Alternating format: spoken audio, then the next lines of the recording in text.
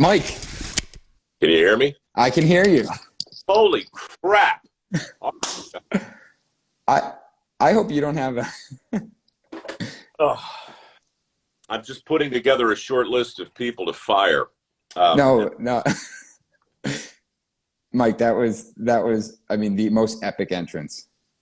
I swear to God, dude, I'm so sorry. You know what? I told my people, I looked at the thing and I'm like, these instructions seem, I don't know, possibly incomplete. And you can follow the instructions. You're a smart guy. Nowhere in the instructions did it say, hey, genius, maybe you upgrade your Instagram before you start. And so here we are. I mean, to be fair, I feel like everyone should have an upgraded Instagram. Well, first of all, who cares about being fair? Life is fair, my friend. Very true. But you're right. You make a good point. A poor workman always blames his tools. And I'll be damned if I'm going to sit here and blame my tools. The fault is mine. I'm 15 minutes late. There's no excuse. I hope you'll forgive me. I forgive you. Speaking of being fair and you say blaming other people, that's one of the things I want to talk about today is just like leadership in general and how, and there's so many things I want to chat about. And really quickly, formality, you know, this discussion is brought to you by Safe Excavator. Make sure you check them out online. Today is 811 Day, August 11th. And, you know, Mike, why don't you give us a quick scoop what 811 is and why it's so important? 811 is, it's kind of like it's an initiative. It's a PR campaign, and it's designed to get the average person who's out there in the world trained to call 811 before they take a shovel or an excavator or a backhoe or any one of the big machines or small machines out there and start digging in their backyard. There's millions of miles of cables and pipes and gas lines and all sorts of stuff that you can't see down there. And every minute or so, somebody hits one and it plunges their neighborhood into darkness and it makes them a pariah and people are embarrassed and sometimes they blow themselves up. So long story short, whether you're digging out in your backyard or around your mailbox or putting in a swimming pool, call 811 first. End of commercial.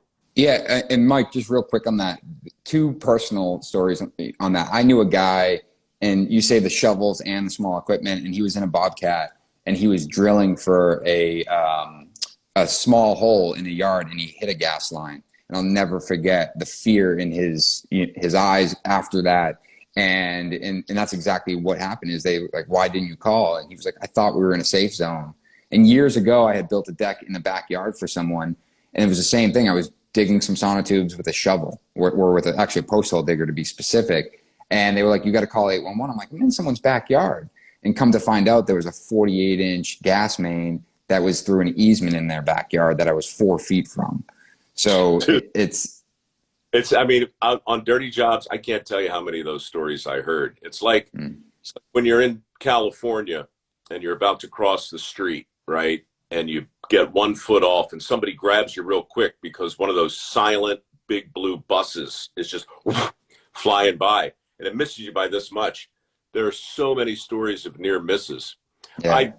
I tell my friends over there, it's like you could see into the ocean in the same way you can see through the air. Nobody would ever get into the ocean because it's full of so many you don't want to swim with, right?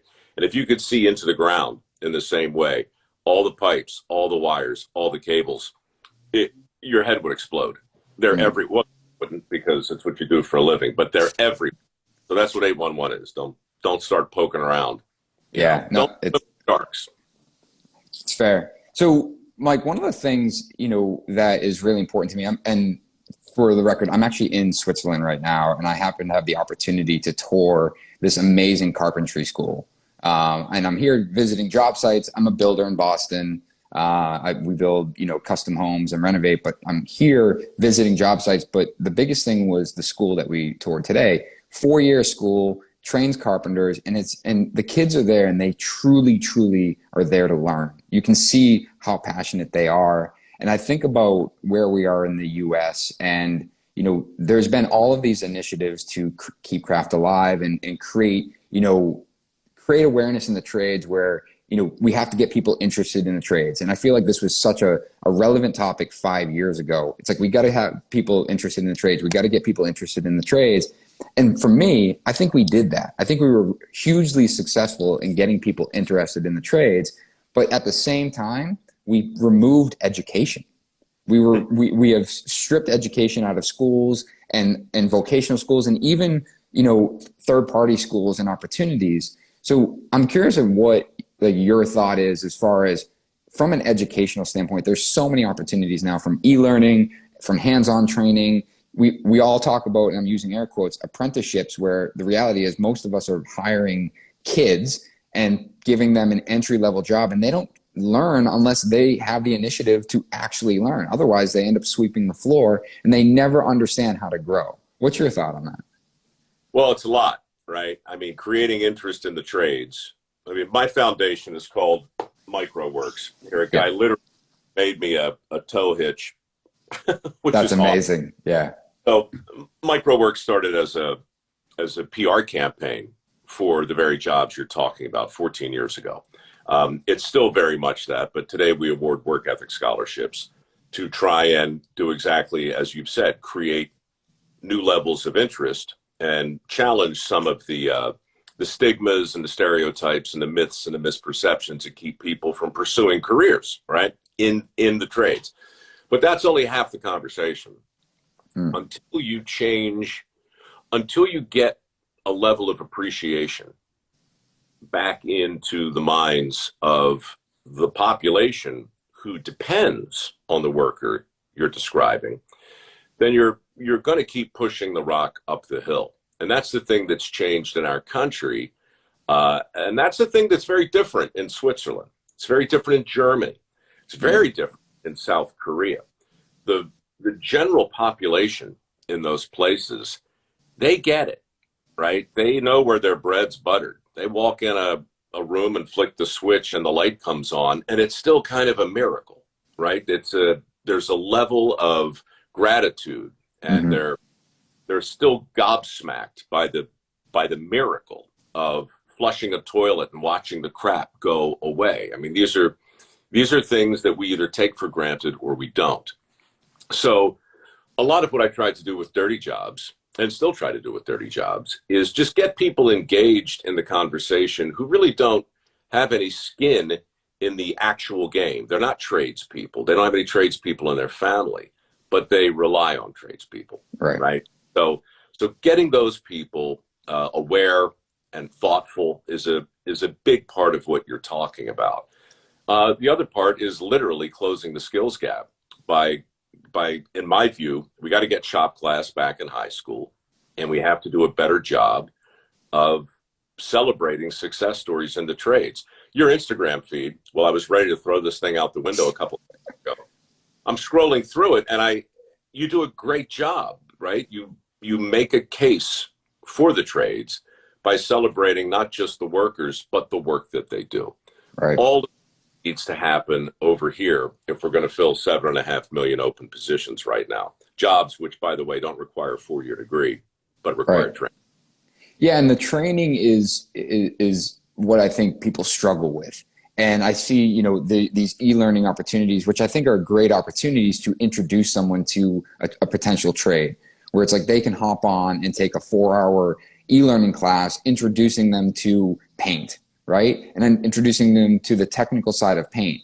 But that's step 0.5. You're not even getting into the fact, like, you're not even touching a paintbrush at that point. But it's introducing you in a sense that when you do grab a paintbrush, you're not just doing it with, no guidance. You've had some actual training.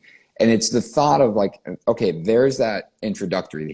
Here's an opportunity. And I appreciate you looking at our feed, but that's what we're doing with our feed is we're going to walk you through. A lot of it is why we're doing it, and with a little bit of the how-to.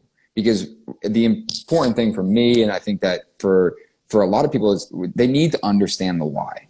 They need to understand why it's important to, slow down and do something right. Do something with quality rather than how do I do this as fast as possible? Because if it always becomes that focus, you're constantly driven by speed. and you never have the opportunity to actually peak on quality. You're just constantly you're constantly pushed to peak on how fast you can do something. Right. Well, what's the old expression? You can have it fast, you can have Cheap. it good, Yeah. you can have it, you know, pick two. Right. That's as you're talking, it's funny. I've 8 people in a row have just asked basically the same question, which is why? Why did shop class get pulled out of high school? How do we let that happen? So, I think it's worth saying that it didn't happen overnight. No. It happened like the frog in the boiling water happens. There was a time, really, I think before you and I were born, where shop was called the vocational arts, right? That's what it was, the vocational arts. And the first thing they did was they took the art out of it. So the vocational arts became VOTEC, or technical education. And it was that for a while.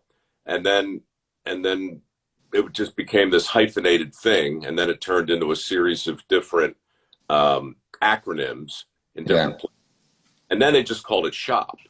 And then eventually, it's the 3-fingered woodshop teacher, and it's the class when you don't, when you're not able to do any other classes, and all those stereotypes built up around it. And then in the late 70s, that's basically, they walked it out behind the barn and they shot it in the head.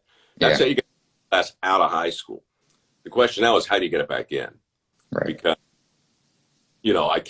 I can't say it enough. If you look at the amount of debt we've got right now in 4-year degrees in the university system, it's $1.7 trillion. Wow. And then look at the 7.5 million positions that are currently open. 7.5 million positions that are open. There are 5.8 million people looking for work. Even if all those people got hooked up with the right set of skills and the right job, you still got another 5-6 million open positions. And look, the reason I wanted to do this, the reason I wanted to talk to you, is because a lot of those positions are in your world. Right. And if you really want to get people focused on this, people who aren't in the trades but rely on the trades, what they really need to understand is that every 5 tradesmen who retire this year, and last year and the year before that, and in the coming year, for every 5 who retire, 2 replace them. Mm-hmm. So and 2 people that have very little skill compared to the ones that are retiring. Correct. So when you talk about excellence, when you talk about craftsmanship, when you talk about all of those things that are fundamentally artistic in nature, then part of what I'm hoping we're trying to articulate is it's not just about putting shop class back in high schools, it's about putting the art back to the work. And that's PR. That's why your feed matters. That's why your enthusiasm for the topic actually matters. You're a level up, by and large, from where Dirty Jobs was. Dirty Jobs was just swinging with the fat part of the bat, trying to get people to watch and at least get sort of interested in this wide world of work. Once you get them there, then maybe you can bring them a little closer into a specific trade. But it's a process. All things are. Yeah, and one thing I want to give a shout out to Travis from Catalyst Built. We had this conversation a couple weeks ago on our podcast, and what came of that conversation was we keep talking about high school. And what he started doing, and he's very involved in building science, he started teaching building science to elementary kids and introducing it to them. And what I found out of that conversation, what he found is that the kids not only found it to be cool because it was something different, but they also understood it. They understood, oh yeah, of course a house has to be airtight. Why wouldn't it have to be airtight? And when he started talking about that, I realized how much of a focus, and which is not a bad thing. Like high school is a very pivotal time for people to, in choosing a career or finding their path, right? But the introduction to what, for me, home building is, or the trades are, has to be earlier than that. And yes, it's way beyond just school. It's the society understanding how valuable this is and appreciating that, like you said, crap flows down the toilet. but Yep. the introduction is oftentimes, you know, as we're talking about it, too late, where they have been influenced their whole life all the way up until this moment in time where they enter high school, where they have everything else to worry about. And then it's like, by the way, you should really consider the trades. And it's like, Yeah. dude, I have plenty of other stuff to worry about. I have acne all over my face. I'm uncomfortable in my own skin. Don't tell me what, like, to start learning about how to build or how to fix a car or how to do plumbing. It's not the time. Yeah. Well, it used to be that no matter where you lived, there were tradesmen on your block. It used to be that if your dad couldn't do it, then you had a neighbor who could probably come over and snake the drain or lay the pipe or, you know, rebuild the carburetor, any number of things. We had people around us all of the time. As the skills gap widens and as the trades fall out of favor, those points of contact become fewer and fewer. So more and more of us become even more ignorant, more isolated, and the trades become more magical, right? It's just this magical thing that somebody has to do for us. Problem is, once you once you begin to rely upon something, and I don't know why this is true, but it is. Most people grow to resent the thing they rely. They resent the thing they rely on. So you get pissed off when the plumber can't come out for 3 days because he's so. You get angry when you can't find, you know, somebody to help you with your deck, and people are getting frustrated all over the place. You're so right. It's not about high school. I mean, it's about everything, but it's not just you. You probably had Tonka toys when you were a kid. You probably, right? So fewer and fewer kids do. Right. I remember I knew a guy back in Baltimore where I grew up who made an absolute fortune walking around construction sites with his little kid who was just crazy for the big machines. And he had an early VHS recorder, and he just recorded big machines on the job. And he cut all this footage together and he sold it to some infomercial company, and they started selling videotapes called Under Construction. And all it was a look at the process of building a thing with a really big machine. I bought one of those tapes. Dude, I shouldn't say that. My parents bought it, and I would watch them for hours. Well, that's my point, right? There's so many different ways society can tap a kid on the shoulder and say, get a load of this. And parents and guidance counselors, we need to be told that that's good and that's okay. But things are very, very squishy today, and people are squeamish about, you know, that's such a boy thing to do. That's such a, that tape would probably be called, you know, misogynistic today. It's not. It's just another way to celebrate work and to get kids engaged at an early age. It's got to happen. You're 100% right. You know, it's so interesting. I have two daughters and a son, and my son is obsessed with trucks. And I'm here taking pictures of tractors in Switzerland and sending them to my wife and like, show this to Reed. And I'm so excited about it, where I just want to continue to feed that. Like, and I'm not going to be overbearing. I'm not saying that he's going to be an operator, but I don't want to take that away from him, because that was him. He developed that on his own. And my daughter, like, she'll watch construction vehicles too and think it's really cool. And she knows the name of all of them. And it's the same thing. It's like, I don't want to ever take that away and be like, oh, you should do something else, or you should focus on something more girly. Like, no, they are choosing themselves at a very early age with no guidance from myself or my wife. Why would we take that away from them? And I think that's where you're going with your point is, oftentimes it's stripped away because of some outside feeling is like, no, you know, you don't want to be a plumber. You don't want, and we've seen that stigma for the last decade of like, oh, you don't want to do that. You should go to school because you don't want to end up like him. Air quotes, right? Yeah. I mean, look, back to shop class again. It wasn't merely a financial decision to pull shop out of high schools. The biggest unintended consequence of doing that, I think, is what clearer message could you send to a kid who's trying to figure out what to do with the rest of his or her life, who's trying to set the table with potential opportunities to explore and investigate? What more clear message could you send about the value of these specific types of jobs than by removing them from sight? Right. Just removing them. Just poof. Oh, gone. that's not an option anymore. It's like, why isn't it an option?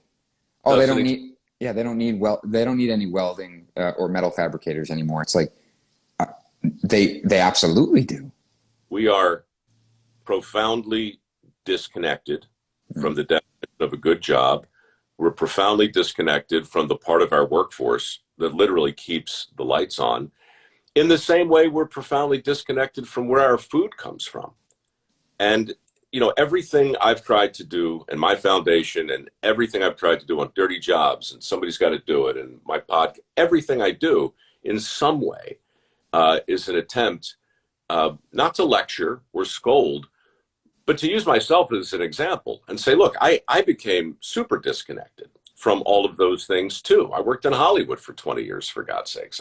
It's, you know, I grew up on a small farm. I was super, super connected to all of this stuff. But then, like the frog in the boiling water, life gets busy and we rely on other people to do basic things for us. And before you know it, we are not only incapable of building our own deck, we actually become resentful of the people who are, because now we got to wait for them. Right. Now we got to wait for everything. So look, the good news is for people who do want to get into your line of work, there's really never been a better time. You can set your own schedule. You can live wherever you want.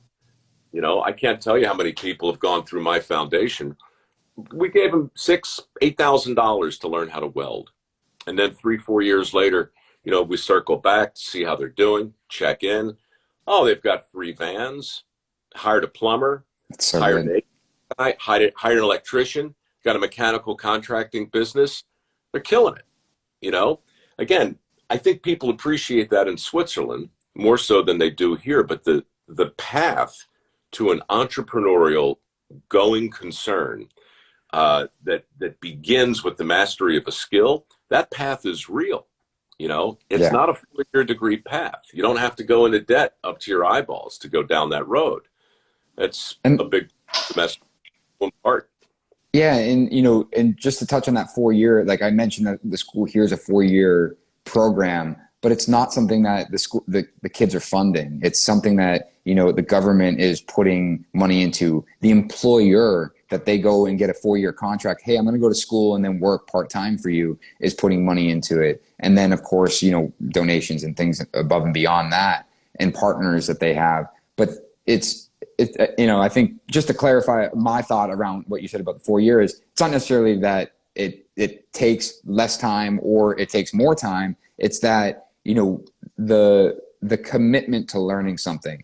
And, you know, society, I 100% agree, is that the society is hindering people from going into learning these trades, because whether it's being stripped away or it's, hey, all you have to do is go work for this builder and become another quote unquote apprentice, go sweep the floors and you'll learn it eventually. Where I've failed as a leader in my own company, where I realized that without a understanding of a path for someone's career, people are going to leave my business. And it took me a really long time to understand that, to now where all of my focus is, I need to make sure that someone understands that if they are coming in as an apprentice, how do they get to a carpenter? How do they become a lead carpenter? Is there growth beyond that? Can they make 6 figures in as a salary? Can they make more than that? And without knowing that, all they know is what's directly in front of them. And sometimes what's directly in front of them sucks, because they're sweeping the floor or they're doing demo and they don't think that they'll ever be able to grow beyond that. And someone waves something else in front of them saying, oh, you can start this job at a higher salary, an easier pay schedule, and you can create your own hours. Yeah. Look, these are the stigmas and the stereotypes that I'm talking about, the myths and the misperceptions. I know a lot of welders. Most of the welders I know make north of 6 figures. Doesn't mean they all do, but the path to get there is very clear. And I can show you how to do it in a couple of years. It's not a great mystery. But I think one of the traps too is that everything is binary, right? Everything is this or that, blue collar or white collar. Again, that's not the way in Switzerland. They don't care about the color of collars. No. It's not about that. It's about merging it all together. Like I went to a community college, did know what I wanted to do, studied a lot of things that I didn't know if I was even interested in, to be honest. I learned at a very young age that just because you love something doesn't mean you can't suck at it. And just because you're not necessarily passionate about something doesn't mean you might not be really good at it. Right. Right. And so, making more kids aware of that in a fundamental way, I think is important. I remember during the last election cycle, Marco Rubio said something that a lot of people pinged me about and asked me what I thought. He was on stage and he said, look, what the country doesn't need more philosophers. The country needs more welders. And I got thousands of people going, hey, man, that guy's singing out of your hymn book, right? Good for him, right? I said, well, actually, no, that's not my message, really. My message is what the country needs are more philosophers who can run an even bead. What the country needs are more welders who can have an intelligent conversation about Descartes or Plato or Nietzsche. It's not one thing or the other. If you have a curious mind, then, you can go in whatever direction you want. Look, we got this thing today, right? I didn't have one of these when I was in high school. Not that I can operate the damn thing, obviously. But what I got when my internet connection works is access to 99.9% of all of the known information in the world. Mm-hmm. There's no longer an excuse to be incurious or ignorant. Those things are choices. So what I try to do with my foundation is just set the table more broadly so all the options are on it. But I'm often criticized because I say things that lead people to conclude that I'm somehow anti-education or against four-year degrees. That's not the case at all. My four-year degree after community college has been very good for me. Right. A liberal arts background, and it let me look at a lot of different things. But in 1984, dude, it cost me the whole thing: 2 years community college and another 2.5 years at a university. $10,500 total. Mm-hmm. Same exact course load today, same exact schools, $95,000. Yeah. Now, when you put all of that into the mix and you start thinking about the definition of a good job and what it means to do meaningful work, you can't ignore the cost of that degree. And, everything costs something, but work ethic is the other thing we should talk about, because work ethic is a choice. And I imagine as an employer, it's something that is there anything you value more than work ethic in your employees? No, it's number one. I mean, there's so many parts. I mean, from an employee standpoint, there's so many things that we look at, but effort that they're putting in, that is number one, because everything else can be taught, like you said. Yeah. Here's why we offer work ethic scholarships. We're in violent agreement here. But there are big companies out there like Lockheed Martin and Berry, these big recruiting companies. And I've got friends who work for both of them. And we were just talking the other night about the way the language has been twisted and the way words that used to mean one thing now mean other things, and what words have become problematic. Well, incredibly, work ethic as an expression has become problematic in some big companies because it creates a kind of implicit challenge that might not be fair in some way. So they don't talk about work ethic anymore. They talk about initiative. They don't talk about drive. They talk about attendance. And It's all squishy and strange. So, you know, a really big, important part of this, to me, it's curiosity.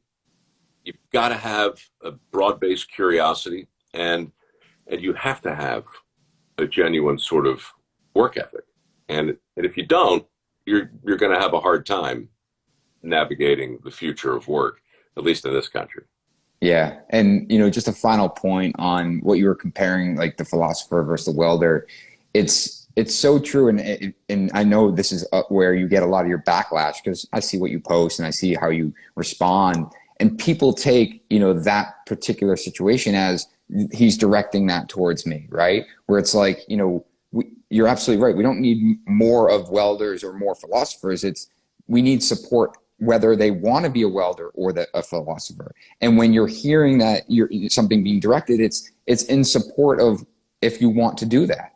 It's not saying, hey, you shouldn't be a philosopher, you should go be a welder. It's, if you want to be a welder, you have the support to be a welder. And that's what people forget, is that it's about the support of what you want to do, not me forcing something upon you. Every approach that we take through the foundation is based on correcting a mistake myself somewhere along the line. It's not about blaming anybody. It's not about shaking your finger. Look, in the end, this is a game of persuasion. What do you find persuasive, and what don't you find persuasive?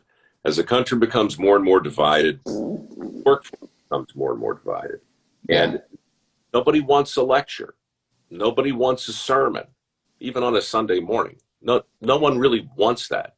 What they want is evidence that demands a verdict. And, you know, that's why the videos on your feed matter. That's why the videos my foundation makes are important. I want to introduce you to the people who prospered as a result of learning a trade. Yeah. That's the only thing that really works today, you know, especially with kids coming into the workforce. Their bullshit meter is finely tuned. You know, you're not going to market, you're not going to sell them on anything. You have to show them. You have to show them again and again and again and again. You know, you can't, I mean, how many people could you hire right now if they showed up ready to work? I mean, a dozen. And it's, you know, it's funny you say that, because the bullshit meter, and, you know, we produce all of this video and it's live. We're filming, editing, and getting it up the same week. And when someone applies to work for us and they show up on the job site, and imagine if I was filming something and lying about it, you know how long it would take for everyone to find out? A millisecond. So it's, you know, and that's so important to me. And that's one of the reasons why I did it. I said, we're going to put all our cards out there. Competitors, employees, and other, like, I want everyone to know exactly what we're doing, because it's going to force me to remain honest with myself and navigate through the stress of building that business and the stress of finding people that truly want to be part of what we're doing. Why do you think the PR around these jobs in this company, in this country, is so unpersuasive? Why do you think the messaging is met with such skepticism?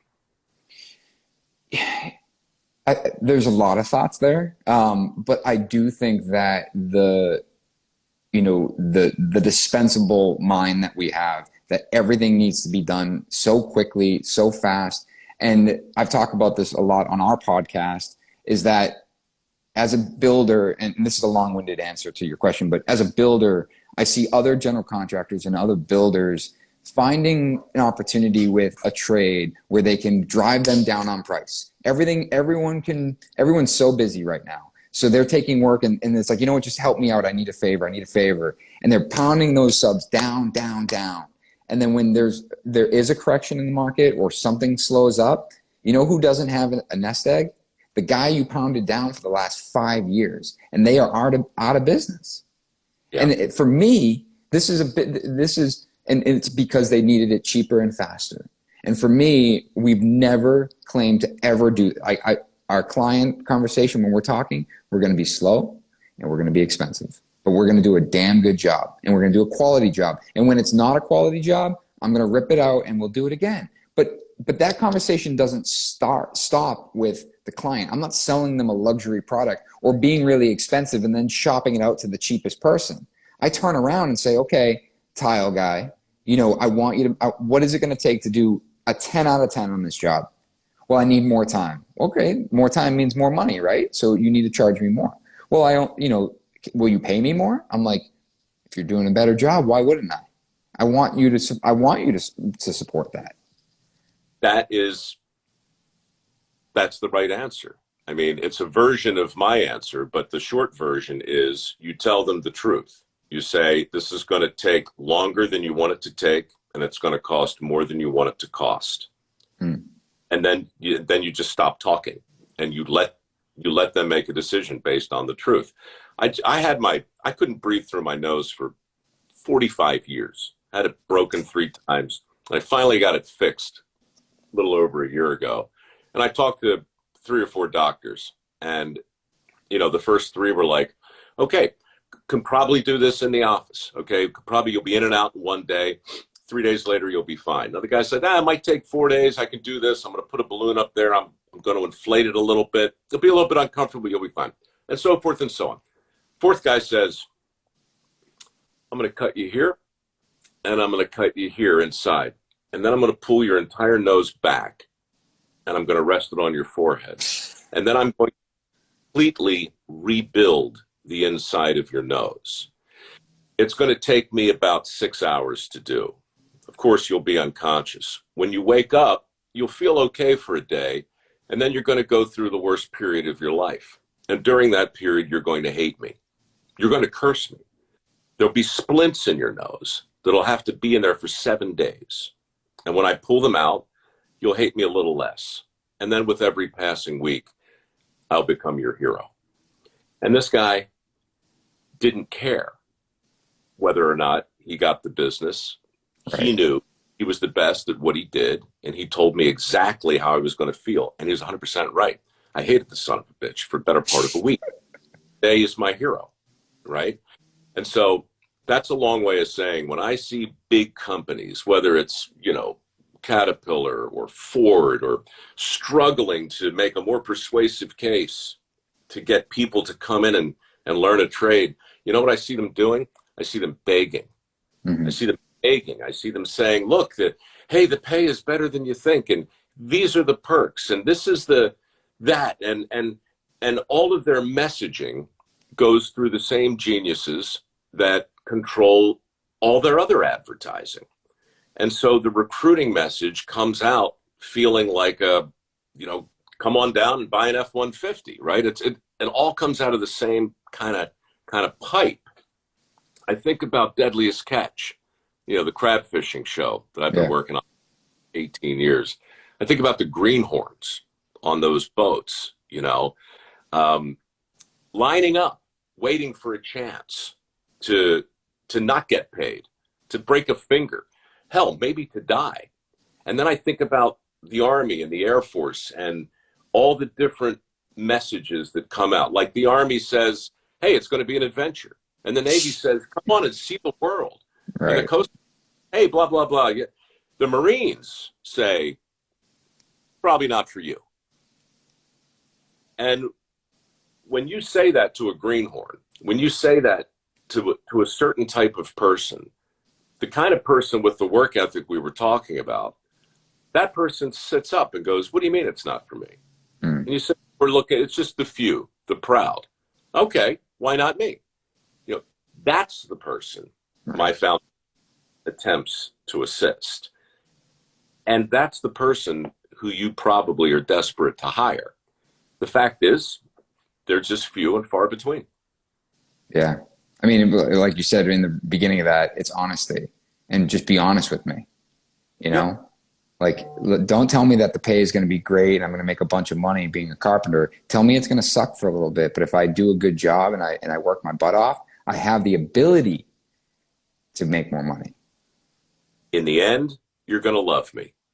Right. There's going to be a period, though, where it's going to hurt. And as my buddies in the SEALs say, embrace the suck. Pay find a way to laugh through it. That's really what Dirty Jobs was. You know, you look right down to the depths of the worst sewer you've ever seen, and you laugh. And then you go in and you start replacing the bricks, and you laugh some more. Right.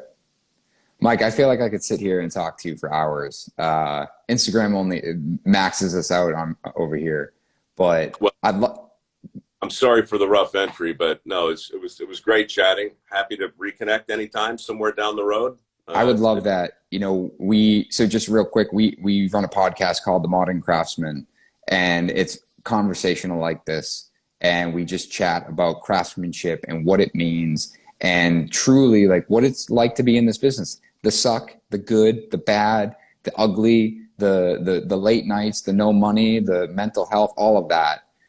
So I'll follow up. I'd love to invite you on to continue the conversation because I think that there's incredible value. And I mean, truthfully, and from everyone that's watching this and everyone that's in my life that has, you know, followed you for a decade plus now, I appreciate everything that you've done. Thanks. I mean, coming from you, I seriously appreciate it. I got a podcast too, and the next time we're up to our necks with the Work Ethic Scholarship Program, I'd love to have you on. I would love that. Somebody on the front lines. I appreciate it. Thanks, Mike. Appreciate it. Y'all. Have a good night. You too.